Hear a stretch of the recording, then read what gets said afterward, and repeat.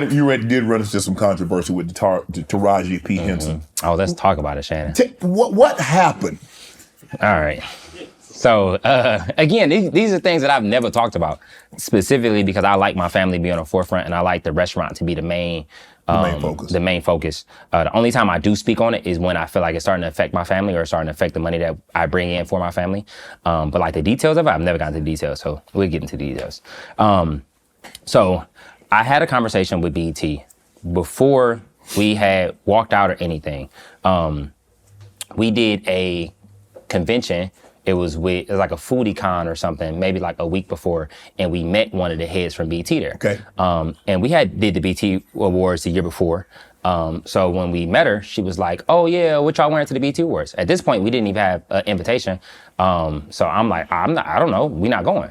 She like, "What? Everybody would love to have y'all there. Y'all gotta be there. We love y'all so much." And this whole year, we had worked with BET maybe like 3 or 4 times prior to this. Okay. And she was like, "Yeah, we love you. We want you here." Like we had a full conversation.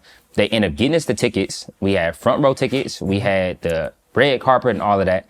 I told her beforehand, the love that y'all say that y'all have for us, I don't feel it. Because when y'all do mention us or y'all do bring us up in conversation, it's always the most negative thing that you can possibly talk about.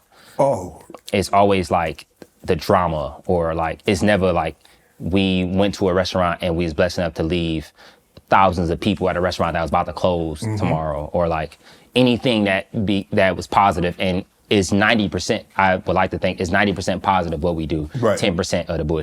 Right. And I feel like a lot of times it was the bullshit that was being brought up. So I had a conversation with her transparently about it, and we talked about it. We talked again before we went up into the award show. We were sitting backstage, and I was talking to one of the heads of BT, and I told her the same thing. And I was saying, you don't have to include us.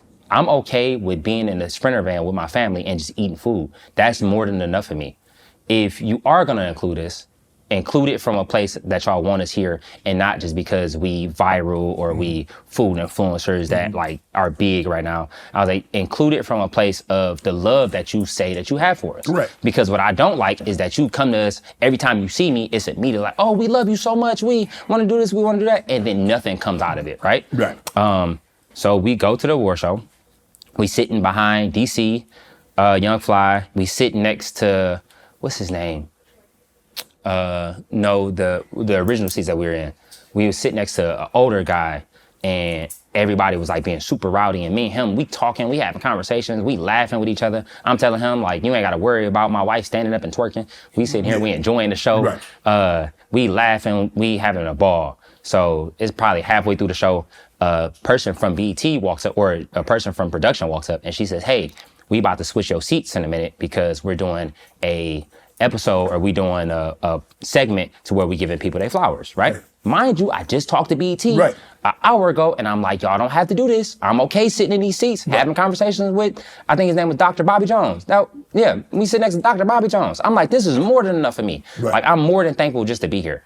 They like, "No, we gonna sit you on the front row and we gonna give you your flowers. And we really wanna highlight you. We really wanna," and I'm saying all of this to the production lady, like, don't bring us up here with the bullshit. Like, I'm okay with sitting here. She's like, "No, come on." So they come get us maybe like 10 minutes later. They put us in Tyler. She was sitting there. She had got up and left. So they put us in Tyler's seats. Sit next to Tyler. We sit next to Jordan and what's Jordan? No, Jordan the Stallion. He's a guy from TikTok. Okay. He does like the where he like turn his camera around, he in the bathroom, and he like do like reaction videos. Okay. Me and Jordan look nothing alike. Okay. Again, Jordan 6'2", big scruffy beard.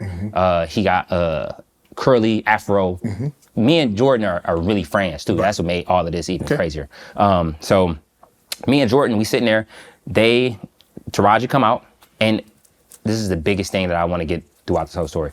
I didn't blame Taraji for 1 second, because it was all production that was making things that didn't have to be made. Right. They was making a spectacle that had no business being a spectacle. So they come around, she's starting to do her segment. We're reading the prompter, and on the prompter is saying like, "Give Flajay her flowers, say this about Flajay, do this, that, and the third." So she read off of the prompter for Flajay specifically. She do like 2 or 3 more people. She come over to us, and she immediately walked past me, walked to Jordan and she started talking to Jordan as if as Jordan was me. And I'm reading the prompter and the prompter is saying like, tell Keith Lee, give Keith Lee his flowers, this and the third. And she look at Jordan and she go, I bet you rate this award show 10 out of 10.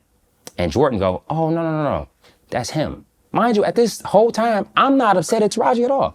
I'm like, I understand a whole bunch is going on. They just threw this on you. They didn't have to throw this on you. Right. Again, we was okay sitting in the back. Like, they just made this a last minute ditch effort to give us our flowers.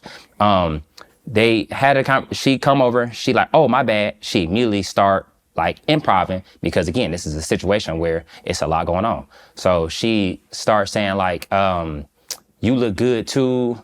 Even though my wife is sitting right here, she like, oh, you look good. Give him his flowers, this, that, and the third. And then she tell Jordan that he look good. And just a whole bunch of improv.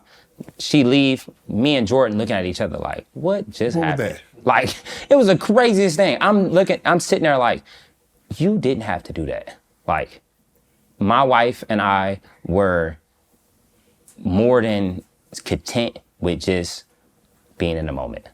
So, sitting in the seats where we were, chilling, having a good time talking. You didn't have to do all of that. So, but you put us in that spot and F it up. For no reason. Now that I open my phone, literally when I say 5 seconds after it happened, I open my phone, be the number one thing on Twitter.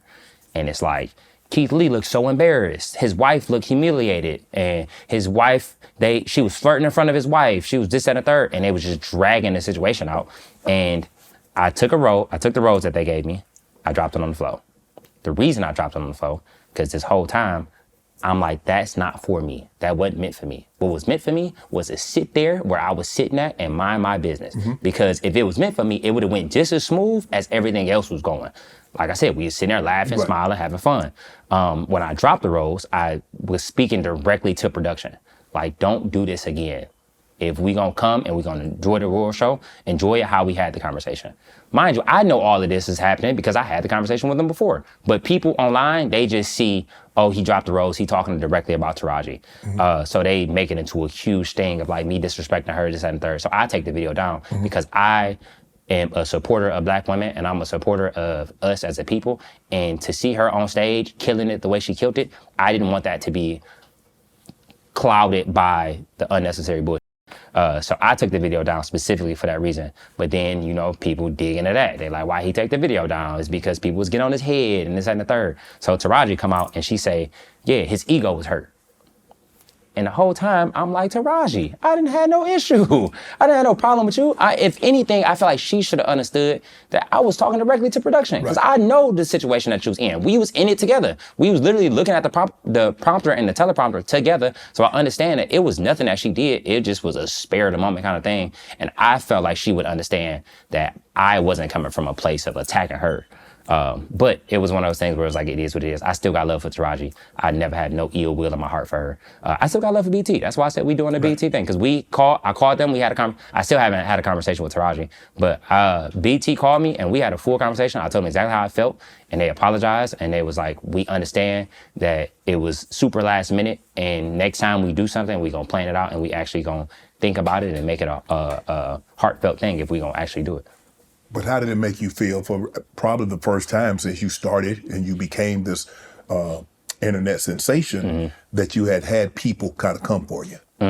How did you handle it? How did your wife handle it? Because you guys are a package deal. I was pissed off, but I was pissed off from a perspective of it was being made as if I was going at Taraji.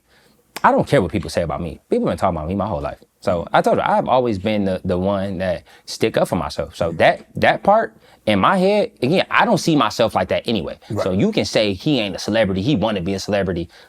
I want to be Keith. I want to be nothing else. Right. So when those comments was coming, I wasn't paying no attention to it. Only time I ever got upset is when people was like, he's down in Black women. He's taking away from the shine of a Black woman in a Black woman's time where she was doing something amazing for us and pushing the culture forward. That's when I was getting pissed off. Because I didn't want it to be misconstrued that I was coming to her. My family will tell you, I literally was having conversations with them and I was like, bro, if they just leave her out of this. And then when she started getting mad at me, I'm like, why are we going at it? Like, why is it always spun to where it's two of us that look the same getting into an altercation that don't need to be had. Would you have felt better had she just if she would have picked up the phone, or somebody could have put you guys in contact with each other so you guys could talk to this thing 1,000%. Yeah. man to woman? Rather than just saying like, oh, his ego hurt. Like I feel like but again, I don't expect anything because we don't have no personal relationship. Right. I understand it was just as stressful for her to get all of those comments and getting all of the feedback.